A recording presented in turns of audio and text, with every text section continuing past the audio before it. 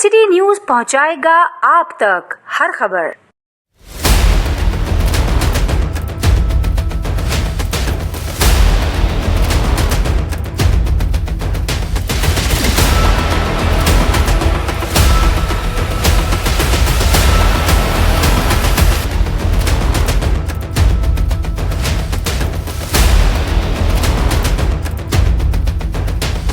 Income tax department में बाकायदा register होना चाहिए और हर साल वो अपनी इनकम टैक्स रिटर्न फाइल करता हो।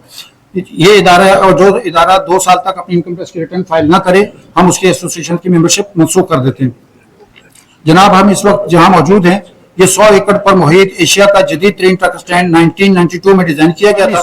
चाइना कटिंग के नाजायज प्लाट बना दिए गए, जिसमें से 221 प्लाट इस वक्त फिजिकल मौजूद हैं, बाकी लोग फैले लेके घूम रहे हैं। और कराची गुड्स कैरियर एसोसिएशन ने इस बिगाड़ के खिलाफ 2010 और 12 की काबीना ने सिंध हाईकोर्ट में एक केस किया था।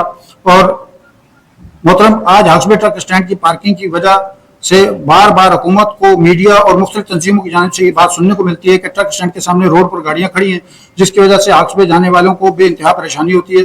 बतौर एसोसिएशन हमने हर फोरम पर इस बात की निशानदेही की है कि ट्रक स्टैंड के अंदर जो पार्किंग है वहां पर कब्जा हो चुका है, इसे खत्म कराया जाए। और इसकी वजह से जब इसकी वजह यह है कि जब शीरी जना कॉलोनी और शहर के मुख्तलिफ इलाकों से गाड़ी मेकर्स को उठाया गया था, वो सारे के सारे आके हक्सबे ट्रक स्टैंड पर आ गए और यहाँ पर वो केएमसी की मिली भगत से उनको भत्ता देकर यहाँ पर पार्किंग एरियाज में बैठे हुए हैं, ट्रॉलर बना रहे हैं, गाड़ियां बना रहे हैं। और यहाँ बेहिसाब नकारा गाड़ियां मौजूद हैं जो रोड पे उन्होंने रखी हुई हैं, जिसकी वजह से पार्किंग एरिया में ट्रॉलर का पार्क होना नामुमकिन हो चुका है। ना लगना, इनर्शिया या मोमेंटम का कंटिन्यू होना, तो उसकी वजह से ड्राइवर की बस में चीज़ें नहीं रहती थी।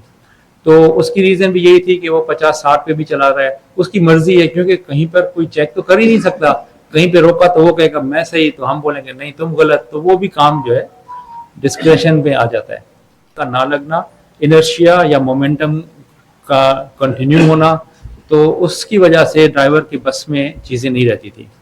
तो उसकी रीज़न भी यही थी कि वो 50-60 पे भी चला रहा है, उसकी मर्जी है, क्योंकि कहीं पर कोई चेक तो कर ही नहीं सकता। कहीं पे रोका तो वो कहेगा मैं सही, तो हम बोलेंगे नहीं तुम गलत, तो वो भी काम जो है डिस्क्रेशन पे आ जाता है। तो वो ट्रैकर्स के जरिए हमने उसको रिजॉल्व किया है।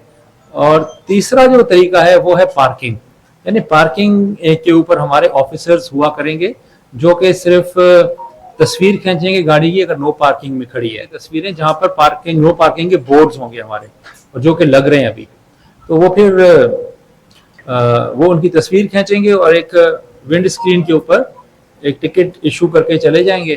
के एक इंफ्रास्ट्रक्चर की बेहतरी और इंजीनियरिंग के जो इश्यूज हैं रोड के ऊपर, जिसमें हर चीज़ आ जाती है, मतलब road furniture, marking boards, warning boards और इस तरह की सब चीज़ें जो है ना वो उसके अंदर आ जाती हैं। तो ये इनका ठीक होना ज़रूरी है। इसकी मैं आपको थोड़ी सी अपना एक्सपीरियंस बताऊं कि ट्रैफिक इंजीनियरिंग ब्यूरो जो केडीए के मातहत एक इदारा है, जो कि केडीए एक्ट में एक शिक के ज़रिए मारिज़ वजूद में आया था 80s में, उसमें बदकिस्मती से 90 के बाद कोई भी इंजीनियर भर्ती नहीं हुआ।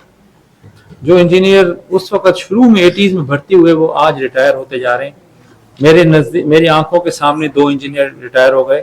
अब पीछे इंजीनियर बच्चे ही नहीं है, फिर उसको कोई बजट नहीं है, बजट है तो सौतेले बेटे का सलूक है उनके साथ। तो अच्छे लोग हैं, वो इंजीनियर अच्छे थे, एक तो अब बचे नहीं, दूसरा जब आप फीड ही नहीं करोगे एक इदारे को तो वो क्या सरवाइव करेगा या कैसे वो परफॉर्म करेगा। सेंटर होता है जिसमें लड़के और लड़कियां बैठ के हर कॉल को सुनते हैं।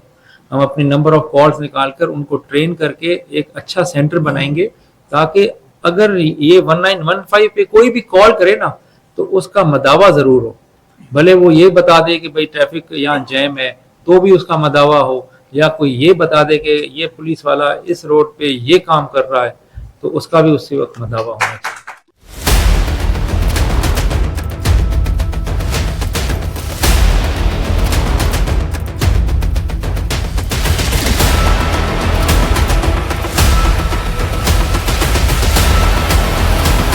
अभी पिछले महीने ये सारे जो थे ना लिफ्टर्स वो मैंने क्लोज कर दिए।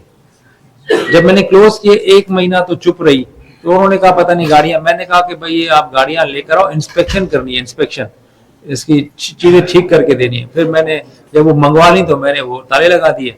इनको पता लग गया अफसरान को भी। और तो फिर क्या हुआ कि 2-3 सेक्शंस हमारे ऐसे हैं जहां से मुझे एसओज ने अप्रोच किया कि सर यहाँ बहुत मसला हो रहा है। मैंने फिर भी गाड़ियां नहीं दी उनको। मैंने कहा नहीं, ये जो है ना, इससे जो लोगों को तकलीफ हो रही है वो ज्यादा है जिनकी गाड़ियां पिक हो रही हैं। फिर वहां की एसोसिएशंस आई, जैसे आप एसोसिएशन है ना, तो वहां के जिम्मेदार लोग आए। इसी तरह सिटी कोर्ट है, सिटी कोर्ट, वहां से वकला आए। इसी तरह जिना जो हॉस्पिटल है अपना, कौन सा है, वहां वाले जिना वाले आए। जेपीएमसी से वहां के चीफ जो एग्जीक्यूटिव है उनका, मैडम सीमी की जगह जो अभी आए, उन्हों का फोन आया। उन्होंने बोला यार आपने गाड़ियां बंद की हैं। इन 3 जगहों से मुझे कॉल आई।